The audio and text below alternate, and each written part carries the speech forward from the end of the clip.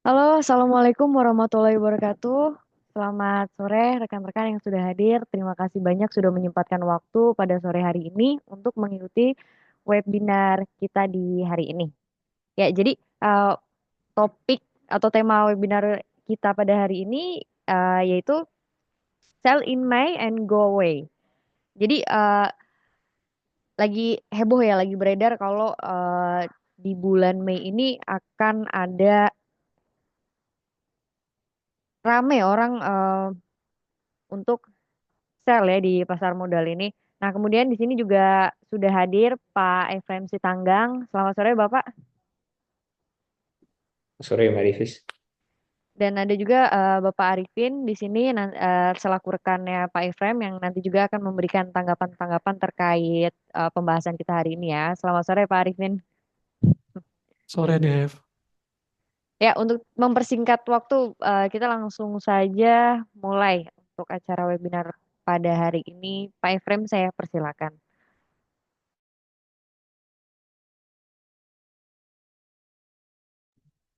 Oke, baik. Thank you Mbak Davis untuk introduction-nya. Kita nggak usah lama-lama, kita langsung mulai aja untuk webinar di sore hari ini. Dengan tema yang kami ambil di sini ada buy or sell in May. Itu mengindikasikan bahwa sebetulnya kami akan membahas tentang fenomena di mana ada fenomena yang bernama uh, buy, sell in May, karena mengindikasikan bahwa kemungkinan market akan lebih rendah pada periode Mei hingga November dibandingkan periode November hingga Mei. Jadi di sini kurang lebih kami akan membahas mengenai apakah sekarang saat yang tepat untuk melakukan buy atau justru saat yang tepat untuk melakukan sell di bulan Mei ini, melihat dari data historical dan sejarah yang ada serta sentimen-sentimen yang ada di pasar pada hari ini.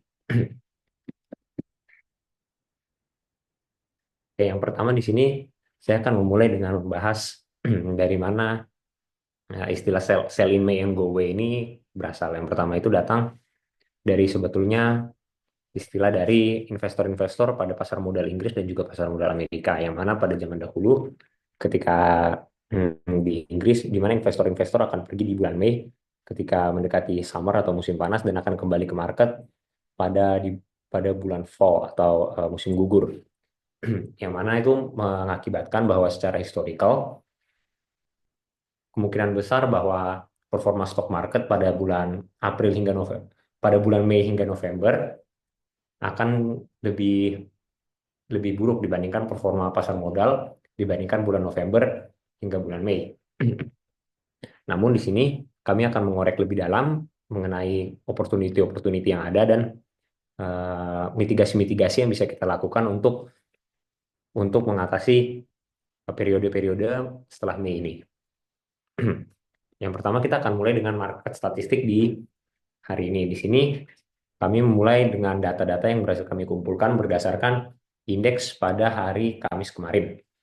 Di mana pada hari Kamis kemarin, indeks tercatat melemah 1,42%, menyentuh angka 6827. Terlihat bahwa pada grafik di bawah, besar indeks menurun di sesi 2 dari market di hari kemarin.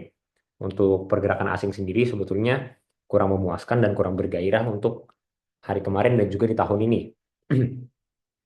Tercatat bisa dilihat dari net foreign di atas bahwa untuk hari kemarin indeks melemah dengan asing yang menjual kurang lebih hampir 850 miliar, dan untuk tahun 2025 ini sendiri secara year to date asing sudah mencatatkan net sell yang sangat besar, yaitu kurang lebih 53 triliun rupiah.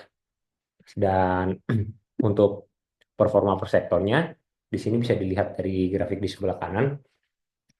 Untuk top winnersnya ya, atau sektor yang memberikan return paling tinggi selama tahun 2025 ini sebetulnya datang dari sektor teknologi, yang mana bisa dilihat di situ return paling tinggi hingga bulan Mei ini datang dari sektor teknologi yang memberikan return kurang lebih 83% di tahun 2025 ini. Namun di sisi lain ada juga top losers, yang mana itu datang dari sektor infrastructure dan juga consumer cyclicals. Untuk teknologi ini sendiri sebetulnya tidak semua saham-saham teknologi bergerak dengan cukup baik ya di tahun 2025 ini. Namun di sektor teknologi ini, mengingat bahwa ini sektor yang baru di IDX, dan juga di situ ada saham DCI yang mana di tahun 2025 ini terjadi penguatan cukup signifikan. Maka oleh sebab itu untuk indeks per sektornya untuk teknologi di sini menguat sangat signifikan sampai 83% untuk year to date-nya, karena secara istilahnya digendong oleh saham DCI. Kemudian untuk market statistik sejauh ini, untuk bisa dilihat di grafik sebelah kiri atas, untuk saham-saham top stocks atau dengan market capitalization atau kapitalisasi pasar terbesar di indeks pada per hari kemarin ya, itu masih digendong oleh saham-saham seperti BCA, Brand, TPA, dan Bian. Namun di antara saham-saham ini bisa dilihat sebetulnya banyak saham yang kalau kita lihat secara dari segi fundamental sudah sangat overvalue. Misalnya kita menggunakan valuasi seperti menggunakan PER atau PBV, saham-saham seperti Brand, TPI, Bian ini sudah sangat tinggi, atau DCI juga sudah sangat tinggi daripada valuasi wajarnya.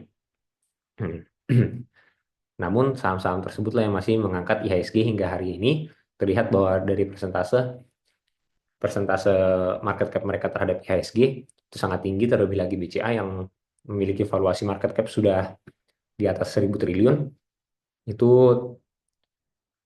menggendong IHSG dengan angka persentase sebesar kurang lebih hampir 10% dari indeks IHSG sekarang bergantung terhadap BCA. Kemudian kita merangkum untuk pergerakan tahun ini dari awal bulan Januari hingga hari ini, dilihat bahwa top leaders datang dari saham DCI. Itulah sebabnya tadi ketika membahas saham per sektor bisa dilihat bahwa indeks teknologi meningkat sangat tinggi.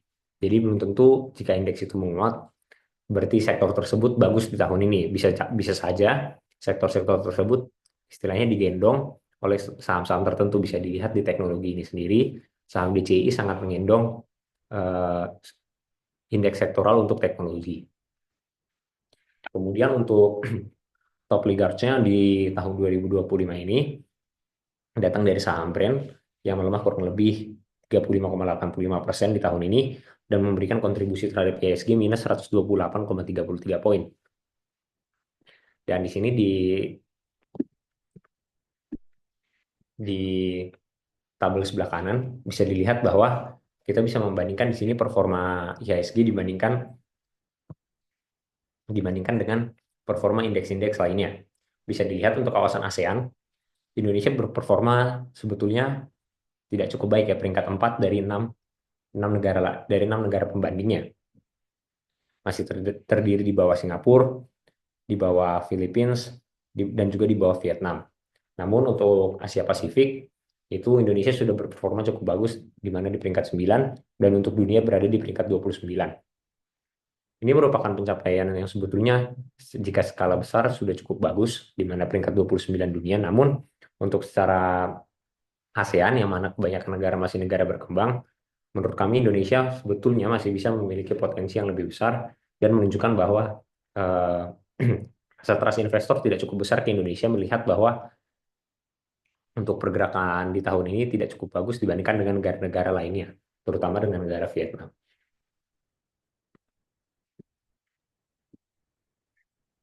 Oke, di sini kita masuk ke materinya, yaitu fenomena selling May dan go away. Seperti yang tadi saya sampaikan, awal tren ini berlangsung adalah pergerakan dari saham S&P 500 dan juga FTSE UK, yang mana mereka mengamati bahwa pergerakan saham dari November hingga April atau awal Mei itu akan memberikan return yang jauh lebih positif dibandingkan ketika bulan Mei hingga Oktober atau awal November. Bisa dilihat di grafik di bawah, hal itu tercermin dari return selama rata-rata dalam 10 tahun terakhir, yang mana November hingga April tercatat bahwa untuk sektor S&P 500 terdapat return kurang lebih 7,2%, dan untuk Mei sampai Oktober return yang diberikan hanya kurang lebih 2,1% secara rata-rata selama 10 tahun ke belakang. Bisa dilihat perbedaan returnnya sangat cukup besar. Jika dibandingkan dengan GCI atau IHSG, untuk 10 tahun ke belakang sebetulnya return juga sama. Bisa dilihat bahwa November hingga April jauh lebih tinggi lebih tinggi return yang diberikan dibandingkan bulan Mei dan bulan Mei hingga Oktober. Namun di sini kami mengidentifikasi ada beberapa alasan mengapa return pada bulan November hingga April bisa lebih tinggi daripada Mei hingga Oktober. Di sini kami akan membahas cause and effect-nya. Cause atau penyebabnya. Di sini kami melihat bahwa yang pertama, tentunya pasar saham tidak lepas dari sentimen yang akan diberikan dari laporan keuangannya. Yang mana untuk perusahaan-perusahaan biasanya akan memberikan report yang lebih bagus di kuartal 1 dan kuartal 4, melihat kuartal 4 adalah penghujung tahun dan kuartal 1 adalah penghujung tahun. Hal tersebut bisa memberikan sentimen yang sangat positif untuk pergerakan sahamnya. Bisa dilihat itu tercermin dari pergerakan kuartal 1 dan juga kuartal 4 di setiap tahunnya. Kemudian yang kedua, jika melihat dari IHSG, kita sendiri sudah tahu bahwa indeks ini digendong oleh saham-saham banking, yang mana presentasinya tidak sedikit untuk indeks IHSG ini sendiri. Nah, oleh sebab itu bisa kita lihat bahwa kebanyakan bank-bank besar, terutama 4 bank besar di Indonesia, biasanya akan mendeklar dividends atau membagikan dividends di kuartal 1. Nah, pembagian dividen ini tentunya tidak bisa dipungkiri akan memberikan dampak positif terhadap pergerakan indeks IHSG ketika menjelang pembagian dividen dan juga beberapa saat setelah pembagian dividen. Nah, hal inilah yang membuat menurut kami kuartal 1 bahkan kuartal 4 tahun sebelumnya bisa menarik lebih banyak investment dibandingkan bulan-bulan setelah bulan Mei. Kemudian untuk khusus market Indonesia, biasanya untuk perusahaan-perusahaan atau investor retail akan cenderung untuk melakukan investasi ketika mereka sedang memiliki uang yang mana. Untuk investor retail seperti kita kemungkinan akan menginvestasikan uangnya di capital market di kuartal 1 atau kuartal 4 di tahun tersebut. Kenapa begitu? Untuk investor retail tentunya akan mendapat bonus akhir tahun dan juga THR, yang itu menjadi sentimen positif dan juga more money untuk retail investor berinvestasi di pasar saham. Hal itu tentunya juga mendorong pergerakan pasar saham di kuartal 1 dan kuartal 4 ini. Kemudian berikutnya datang dari sentimen luar negeri, yang mana bulan-bulan Mei sampai Oktober bisa diamati bahwa lebih banyak keputusan-keputusan atau kebijakan-kebijakan internasional yang diambil. Seperti bisa dicontoh misalnya di bulan Mei sekarang, kurang lebih di 2 atau 3 hari ke depan atau besok di Switzerland, di Jenewa Amerika dan China akan melakukan negosiasi mengenai tarif dan kebijakan trade antara Amerika dan juga China. Nah, hal-hal seperti ini akan menjadi risiko yang lebih tinggi untuk investor-investor asing masuk ke Indonesia, dan kemungkinan besar biasanya investor akan memilih untuk mengambil produk investasi yang jauh lebih aman, sehingga belum tentu untuk investor asing mau berinvestasi di pasar saham Indonesia. Kemudian yang terakhir datang dari budget revisions, political announcement of cluster in second half of the year. Ini sama seperti di poin sebelumnya. Kebanyakan kebijakan-kebijakan pemerintah yang signifikan seperti budget revisions atau political announcement banyak diambil di periode bulan Mei sampai Oktober. Bisa dilihat untuk tahun lalu saja pergantian presiden dilaksanakan di bulan Oktober. Itu juga merupakan salah satu sentimen yang bisa mempengaruhi keyakinan investor-investor untuk berinvestasi di pasar yang volatile seperti di pasar modal, terutama di pasar saham. Kemudian apa efek dari sentimen sell in Mei ini? Yang pertama itu setelah kuartal 2 kami melihat bahwa banyak temporary declines atau penurunan partisipasi dari investor-investor, terutama investor retail. Kenapa begitu? Seperti yang tadi saya sampaikan, banyak investor yang berinvestasi di kisaran kuartal 4 hingga kuartal 1 dengan alasan mengambil dividen dan menginvestasikan uang hasil THR dan bonus akhir tahun mereka. Hal ini menyebabkan bahwa di kuartal 2 dan kuartal 3 kami melihat cenderung bahwa untuk investor-investor retail partisipasinya jauh lebih sedikit dibandingkan investor-investor institut. Kemudian untuk institutional activity juga terlihat lebih lambat karena katalisnya, terutama katalis positif, itu tidak pasti ya untuk kuartal 2 dan kuartal 3, melihat yang tadi sudah saya sampaikan di penyebabnya bahwa ada banyak keputusan-keputusan politik diambil di kuartal 2 dan kuartal 3. Yang kemudian yang ketiga, kami melihat bahwa banyak investor dan juga investor institut dan investor retail yang memilih untuk lebih berinvestasi di sektor-sektor yang memberikan return yang stabil dan risikonya lebih kecil. Untuk bulan Mei dan Oktober, seperti misalnya investasi di obligasi atau di pasar uang, yang mana di situ lebih aman karena setelah masa-masa pembagian dividen, kemungkinan besar pasar saham akan mengalami koreksi. Kemudian di sini kami juga sudah merangkum historical selama kurang lebih 10 tahun ke belakang untuk pergerakan IHSG dalam 10 tahun ke belakang. Bisa dilihat untuk di sini timeline yang kami highlight.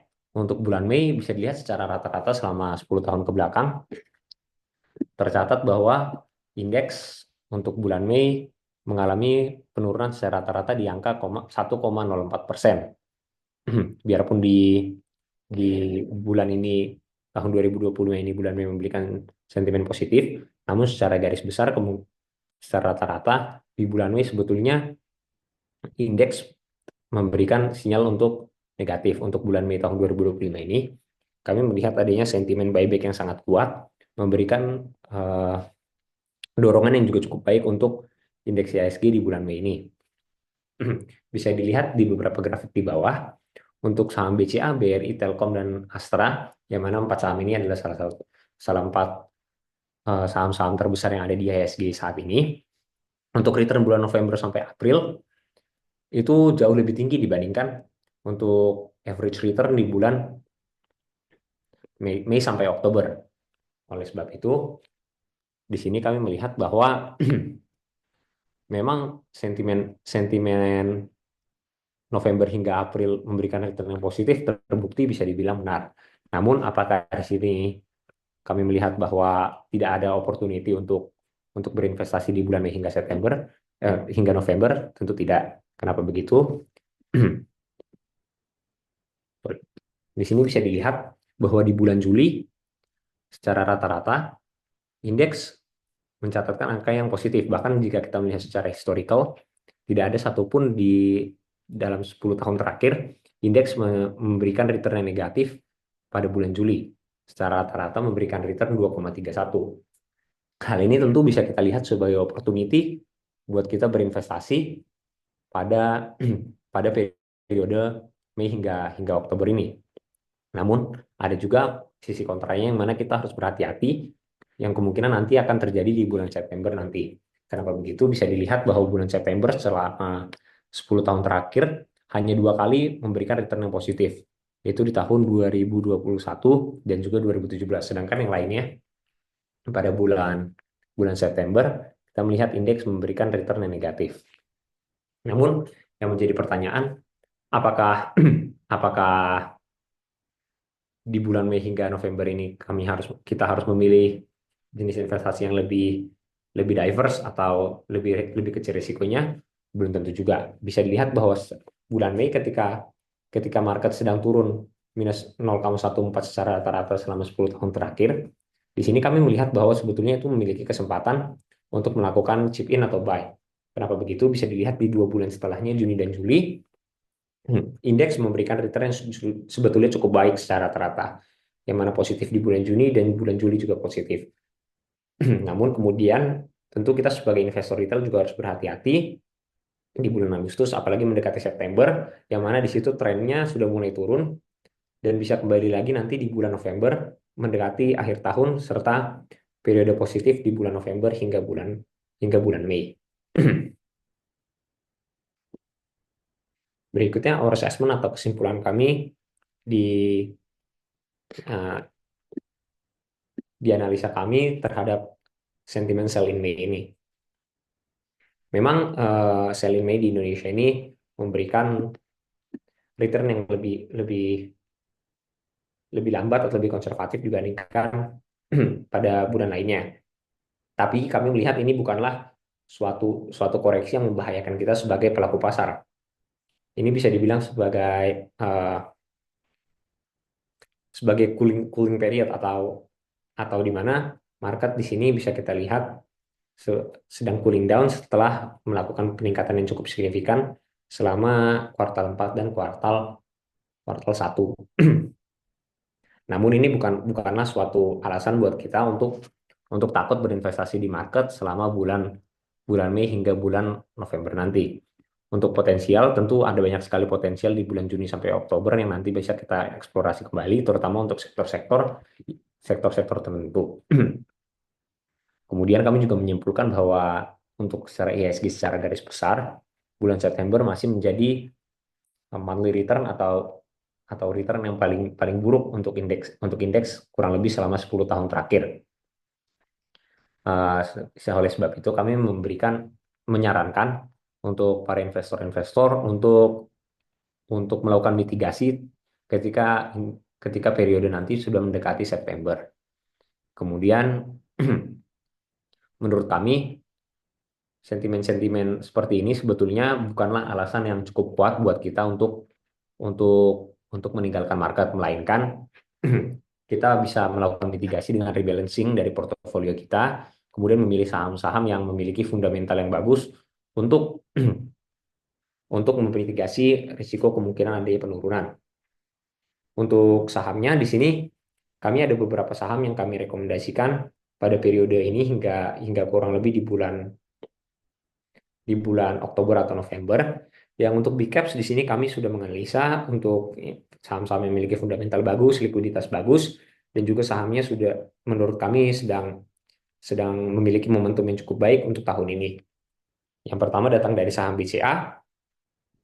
Sorry. Yang pertama datang dari saham BCA yang mana secara valuasi masih bagus, kemudian likuiditas pasar juga sangat tinggi, begitupun juga dengan BRI. Kemudian datang juga dari Gudang Garam yang secara historikal kurang lebih 5 tahun ke belakang sudah turun sangat signifikan. Menurut kami sekarang ada potensi untuk Gudang Garam melakukan rebound. Begitupun untuk ASI, Inco yang mana komoditas komoditas sangat sangat sangat baik untuk belakangan-belakangan ini, dan yang terakhir datang dari Indofood. Kemudian untuk saham small to mid caps di sini kami merekomendasikan INKP seperti dari uh, analis report yang sudah kami terbitkan kurang lebih sebulan lalu. Di sini kami memang selalu merekomendasikan INKP dengan target kurang lebih 8.500. Begitupun dengan Tekim. Ada lagi saham-saham lain seperti MAPA, Arto, BRMS, AISA, GPRA, dan MLPL. Nah, untuk Bapak Ibu yang ingin ingin mengetahui lebih lanjut tentang bagaimana update dari perusahaan ini, apakah jika nanti ke depannya akan ada rebalancing atau ada sentimen-sentimen yang mempengaruhi saham ini, Bapak dan Ibu bisa bisa mengikuti kami di daily insight kami yang mana setiap paginya kami akan update untuk pergerakan dan sentimen-sentimen yang datang ke capital market di setiap harinya. Namun untuk saat ini berikut adalah saham-saham pilihan kami untuk kurang lebih dari periode Mei hingga uh, bulan Oktober nanti. Jika nanti ada perubahan, Bapak Ibu bisa mengikuti daily insight kami, yang mana di situ kami akan melakukan update untuk saham-saham pilihan kami ini. Berikut pemaparan untuk webinar kami pada sore hari ini. Dipersilakan di antara Bapak Ibu jika ingin melakukan sesi tanya jawab dengan kami persilakan bisa langsung menyalakan mic atau menanyakan lewat kolom chat. Berikut pemaparan dari kami. Saya kembalikan ke Mbak Devis. Mbak. Iya, terima kasih Pak Efrem atas presentasinya ya. Kemudian di sini kan ada Bapak Arifin dan saya lihat juga ada Bapak Reza Priyambada. Selamat sore Pak Reza. Mungkin dari Pak Reza ataupun Pak Arifin ada sedikit komentar pasar terkait buy or sell in May ini. Silakan Bapak. Baik, terima kasih Dev. Hanya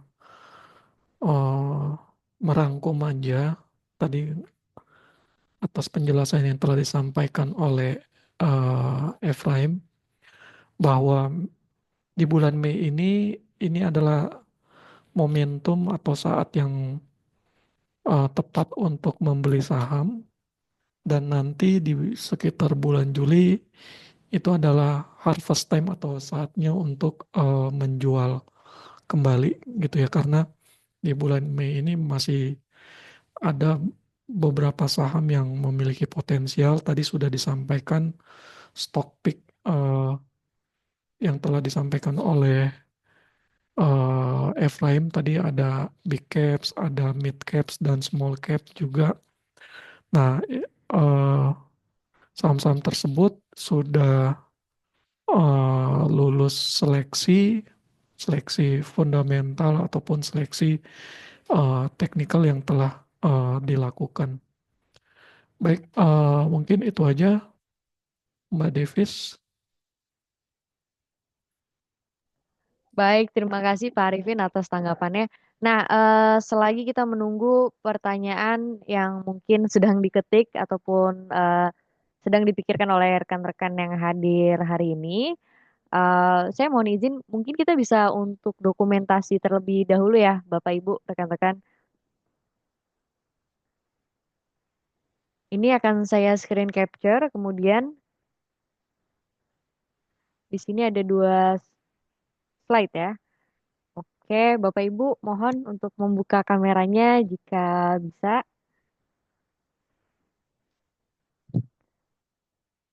Oke, saya akan mulai ambil gambar ya. Di slide pertama, 1, 2, 3. Kemudian saya akan ambil gambar di slide kedua. Oke, sebentar ya.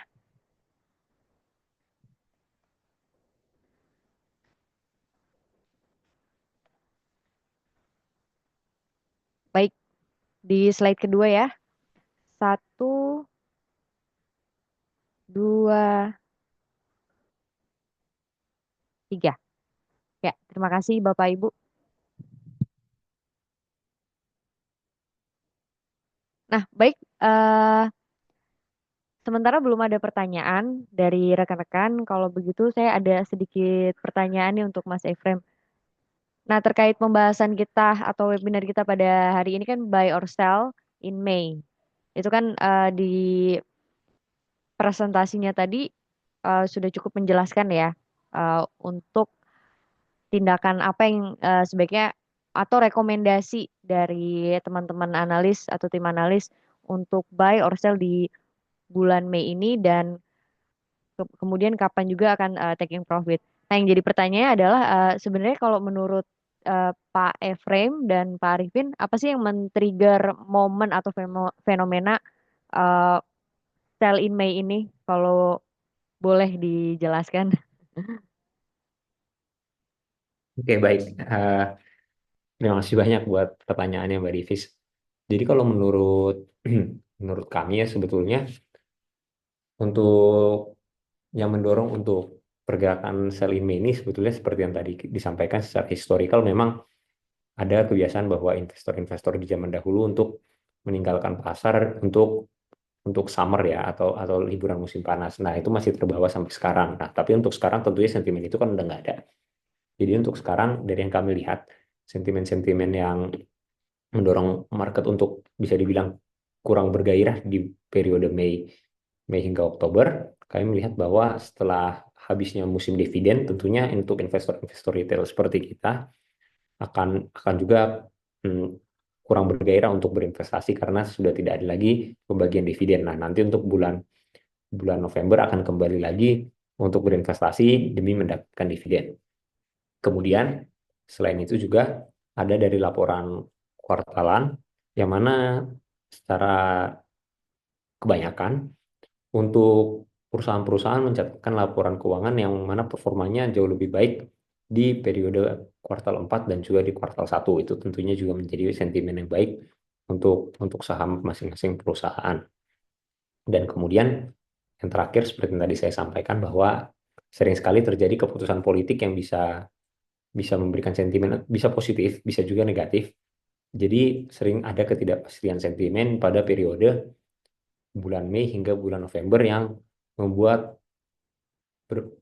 beberapa investor ragu untuk menginvestasikan uangnya di pasar modal. Namun, hal itu kembali lagi dimitigasi kita masing-masing.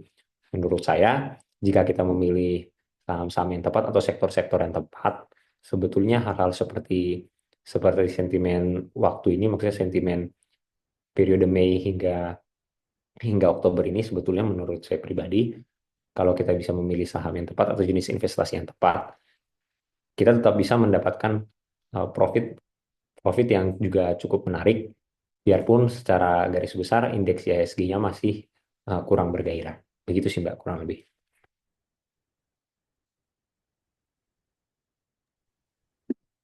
Baik, terima kasih Pak Efrem atas jawabannya. Jadi kalau saya boleh konfirmasi, berarti ini memang karena culture dari pasarnya itu sendiri ya, Pak? Ya, bisa dibilang begitu.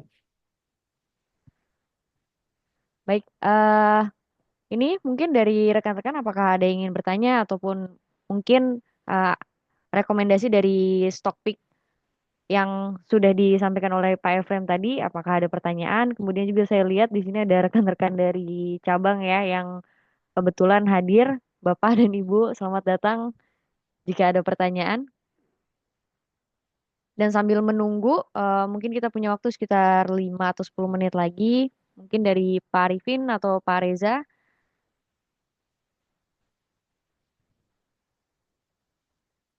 bisa untuk masuk ke diskusi kita ya untuk hari ini. Iya, Davis. Terima kasih. Iya, mohon maaf saya off cam ya. Sinyalnya agak susah di sini. Ya, jadi Bapak Ibu rekan-rekan semuanya, terima kasih banyak udah join di webinar kita sore hari ini. Jadi memang webinar kita sore hari ini kan temanya sangat relevan ya dengan kondisi saat ini ya, gitu kan. Dimana apa, adanya paradigma atau persepsi dari pelaku pasar yang menganggap bahwa bulan Mei itu adalah salah satu bulan yang terburuk gitu. Makanya ada istilah sell in May and go away gitu kan. Nah, jadi di sini kita ingin membahas apakah memang demikian seperti itu kan? Atau ada hal-hal lain yang atau katakanlah sentimen lain yang memicu terjadinya itu. Padahal kalau kita lihat sebenarnya yang membuat market bergerak itu siapa sih? Yang membuat market bergerak itu kan ya para investor kan, Bapak Ibu dan rekan-rekan semuanya sebagai pelaku pasar kan. Jadi artinya apa? Artinya kalau kita semua sebagai pelaku pasar itu punya katakanlah semangat yang optimis, terus kemudian kita masih bisa melihat bahwa kinerja emiten yang ada ini kinerjanya masih menunjukkan kinerja yang baik ya, dan kemudian kita bisa encourage para nasabah juga itu untuk apa namanya berinvestasi. Tentu yang namanya paradigma sell in May and go away itu tidak sepenuhnya terjadi seperti itu ya kan, karena tadi pergerakan market itu ya pelaku pasar sendiri yang membuat itu. Jadi bukan karena ada paradigma tersebut terus market terjadi dengan sendirinya gitu. Nah, dan juga di sisi lain kami pun kan juga punya banyak pilihan investasi ya gitu. Kalau misalkan Bapak Ibu katakanlah merasa bahwa oh bulan Mei mungkin dari sisi sentimen ada yang kurang baik misalkan, entah masih adanya perang dagang, terus kemudian belum adanya kejelasan terkait dengan tingkat suku bunga dan sebagainya. Nah itu mungkin bisa sementara beralih ke instrumen efek lain itu, misalkan masuk ke obligasi ya kan, atau mungkin masuk ke reksadana pasar uang itu, sehingga kita pun juga masih bisa mengoptimalkan return dari instrumen efek yang kita punya gitu. Jadi intinya Bapak Ibu juga dengan adanya dengan adanya paradigma tersebut ya jangan terlalu panik gitu kan. Tentu yang harus kita lihat itu adalah efek yang kita miliki itu atau efek yang kita beli itu memberikan potensi return atau tidak. Terus kemudian dasar kita untuk masuk ke dalam efek tersebut adalah memang benar-benar berdasarkan penilaian kita gitu, bukan karena katakanlah hasil dari influencer atau mungkin ikut-ikutan teman dan sebagainya gitu. Karena ya tadi mungkin preferensi Bapak Ibu dan rekan-rekan terhadap investor lain mungkin berbeda gitu. Makanya hasilnya pun juga akan berbeda kan. Atau contoh simpelnya gini, misalkan kita sama-sama masuk ke BRI gitu. Nah, tapi orang yang masuk di BRI di harga 3.800 dengan masuk di BRI katakanlah sejak harga 2.500 kan tentu akan memberikan hasil yang berbeda kan kalau kita hitung secara kumulatif. Nah, itu yang tadi saya bilang bahwa kita juga harus mencermati kita punya preferensi profil risiko, terus kemudian bahwa efek yang kita miliki atau efek yang kita incar itu memang ada dasar tentunya. Kurang lebih itu sih, Davis, tambahan dari saya. Terima kasih. Baik, Pak Reza, terima kasih atas tambahannya. Jadi memang poinnya jangan terlalu khawatir ya dengan slogan sell in May and go away ini karena mungkin juga kan dari beberapa sektor ataupun saham dari big cap ini masih masih bisa menguntungkan ya sampai beberapa bulan ke depan dan kemudian juga memang bisa mengalihkan instrumen investasi yang tadinya mungkin dari trading ataupun long investment di saham kemudian menjadi ke yang mungkin agak lebih santai ya di obligasi ataupun di reksadana. Ya mungkin sekali mengingatkan kepada rekan-rekan kalau di Reliance Sekuritas kita menyediakan obligasi juga dan kita juga sudah apart ya. Jadi kita juga memiliki reksadana. Baik. Iya, kemudian ada pertanyaan ini dari Michella dan kemudian ada nomor cantik gitu.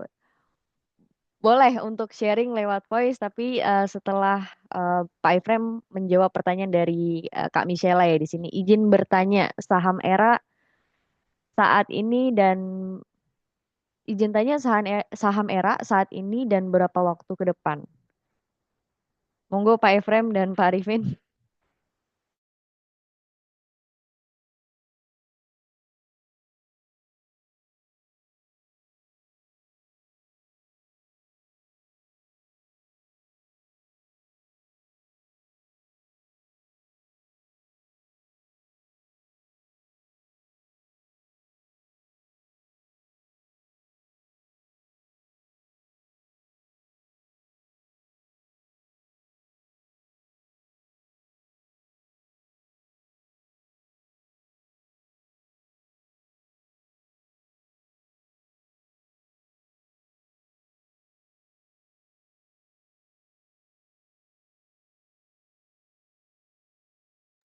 Sorry, Mbak Davis.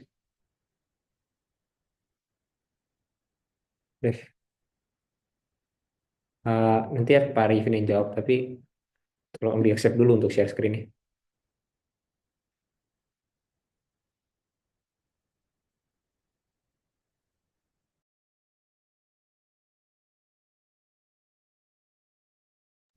Baik, boleh dicoba kembali Pak Arifin?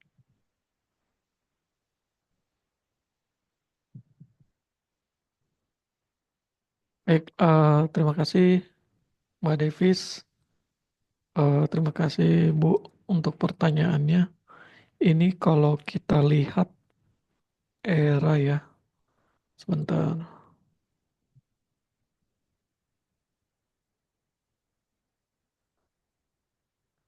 Hari ini kenaikannya cukup signifikan ya.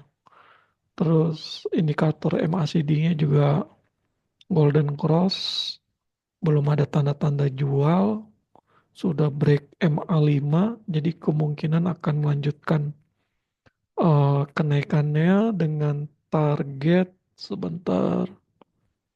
Ini targetnya cukup lumayan ya. Targetnya ada di 550 sampai dengan level 600. Jadi era masih bagus, inflow-nya juga masih kencang ya. Jadi masih positif untuk beberapa hari perdagangan ke depan. Baik, itu mungkin Mbak Davis. Baik, kemudian di sini ada Pak Heri Susanto yang tadi ya. Boleh Bapak di-sharing melalui voice untuk pertanyaannya? Ya, tes. Ya, masuk Pak Heri suaranya. Ya, kami dari Kota Malang ya.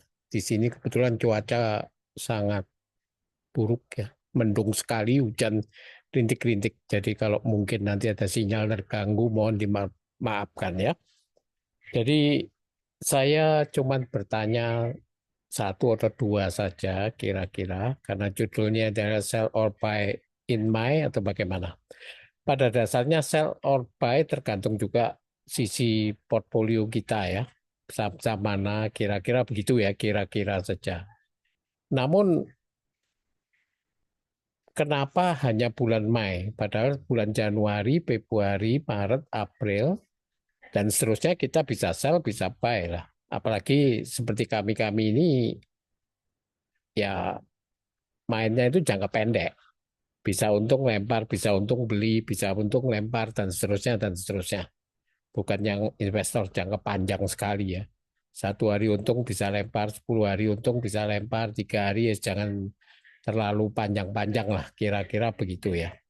Jadi kenapa harus kita bingung dengan bulan Mei, sedangkan bulan-bulan yang lain ya sell buy, sell buy, sell buy itu biasa. Sekali lagi dari sudut pandang mindset kami ya, sebagai investor yang sangat jangka pendek. Kira-kira ada makna sesuatu kah di bulan Mei ini atau bagaimana? Itu pertanyaan pertama. Tapi pertanyaan yang kedua, ya mengingat tadi disebutkan karena saya terlambat masuk, mohon maaf, disebutkan kalau pemerintah ada kebijakan tertentu sangat bisa mempengaruhi pasar, kira-kira begitu. Kebijakan global dunia seperti baru-baru ini dari Donald Trump aja luar biasa. Puncaknya rendahnya di 8 April lah kira-kira. Kira-kira begitulah ya. Namun kita seringkali dihadapkan pada situasi yang kadang-kadang kembali lagi mau sell atau mau buy. Kira-kira begitu. Pekerjaan kita ini kan cuma sell buy begitu-begitu aja. Apakah sell-nya rugi, apakah sell-nya untung itu sulit kita kalau membahas karena ini adalah sebuah kasus ya. Namun kasus masing-masing mempunyai portfolio. Namun kenapa sih kita tidak berpikir kira-kira sell buy di setiap saat pun itu bisa. Walaupun pasar itu buruk, pasar itu enggak buruk, pasar itu mau bagaimana-bagaimana. Ya sekali lagi saya tidak mengatakan dan saya sangat menghormati apa yang sudah diutarakan tadi, sangat menghargai setinggi-tingginya, termasuk fundamental, termasuk ABC kajiannya, saya menghormati sekali setinggi-tingginya. Ya, cuman dua itu aja mungkin pertanyaannya. Kira-kira kalau kurang jelas bisa kami ulangi lagi ya. Terima kasih. Oke, baik. Terima kasih pertanyaannya dari Pak Hari Susanto ya dari Malang. Tadi untuk pertanyaan pertama dan tadi Bapak tanyakan sebetulnya ada apa dengan dengan bulan Mei ini? Sebetulnya nggak ada apa-apa Pak. Cuma dari sentimen yang berkembang dan tradisi yang berkembang di pasar saham, ada tradisi bahwa banyak investor-investor, terutama investor retail, hanya berinvestasi di bulan November hingga di bulan Mei. Nah, kemudian investor-investor atau trader-trader tersebut tidak akan masuk lagi ke market pada bulan Mei hingga hingga hingga November dan kemudian masuk lagi di bulan November tahun berikutnya.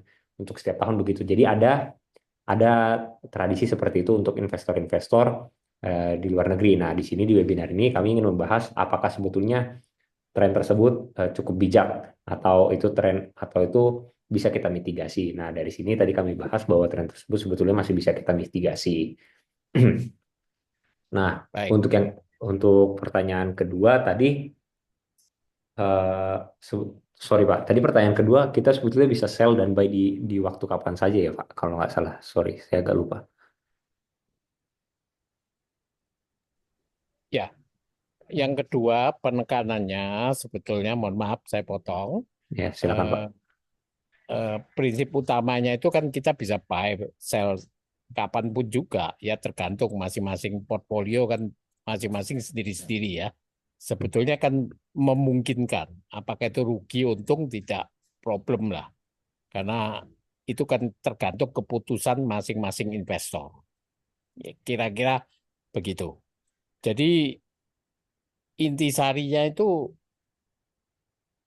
tadi dijawab bahwa rekam jejak beberapa tahun ataupun mungkin ada semacam apa ya, semacam kebiasaan lah, kira-kira begitulah, Ya. habit lah, kira-kira begitulah kalau di bulan Mei begini begini begini.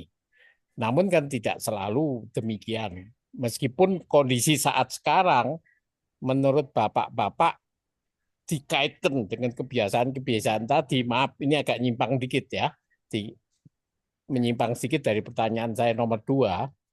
Apakah tadi kan saya mendengar, maaf saya tadi telat masuk, lebih banyak cenderung buy ya, kira-kira di bulan-bulan ini.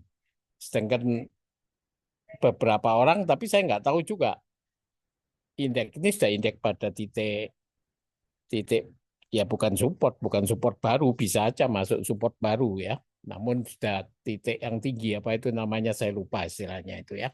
Karena saya bukan aliran yang terlalu aliran fundamental sekali, tidak. Saya aliran-aliran ya, tidak tahu aliran apa ini namanya lah ya.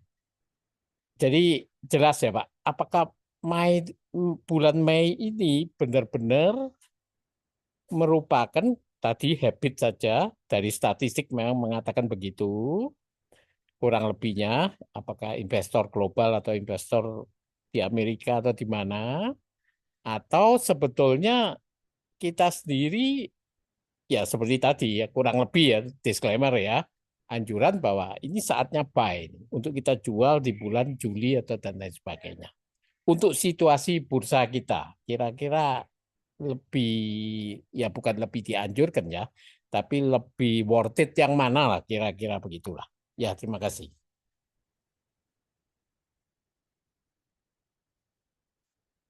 Oh, oke, baik. Saya udah nangkep. Nah, Jelas ini ya Pak mungkin ya? jelas Pak. Sebentar, Ya, saya share oke. screen, saya jelaskan ulang ke.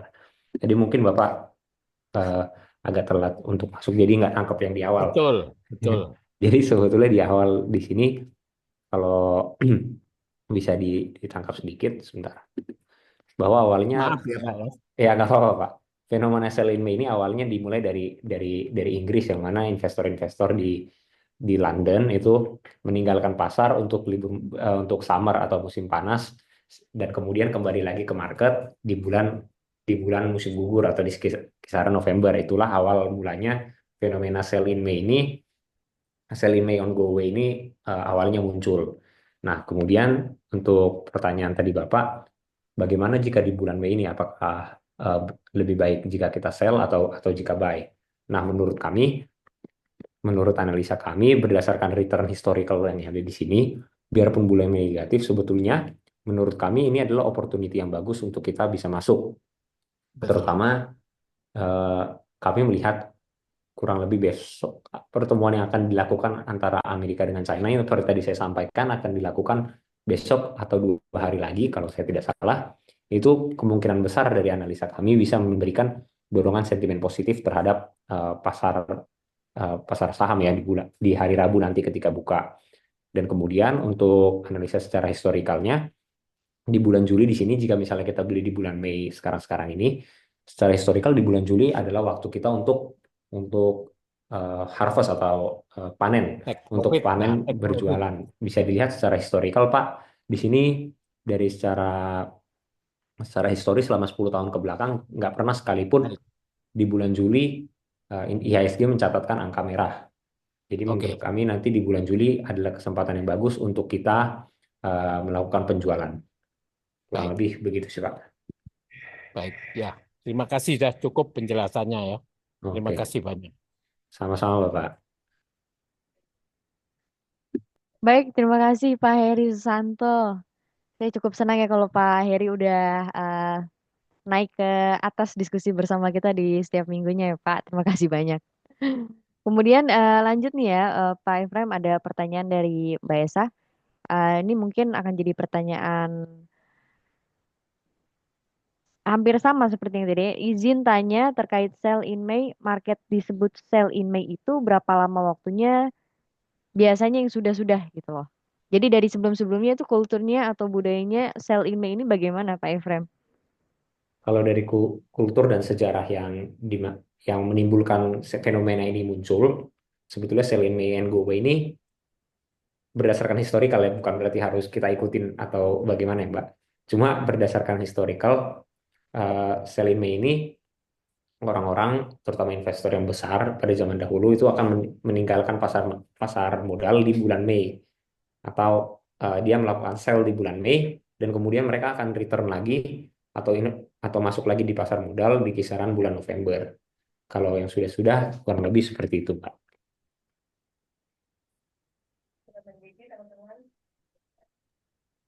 Mbak Davis, saya kembalikan. Iya, terima kasih Pak Efrem atas jawaban dan tanggapannya dari pertanyaan terakhir kita untuk hari ini ya.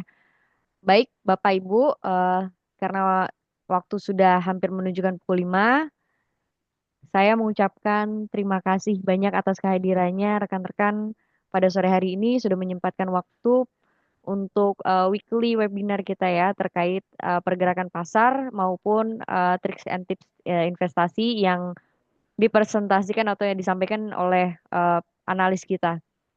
Bapak Efrem, terima kasih banyak.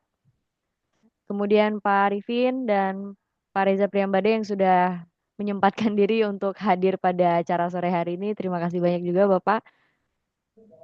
Baik, acara sore hari ini saya tutup. Selamat sore. Wassalamualaikum warahmatullahi wabarakatuh. Kami tunggu Waalaikumsalam. kehadiran. Iya, waalaikumsalam. Terima kasih Bapak Ibu rekan-rekan semuanya. Sehat semangat selalu, Pak.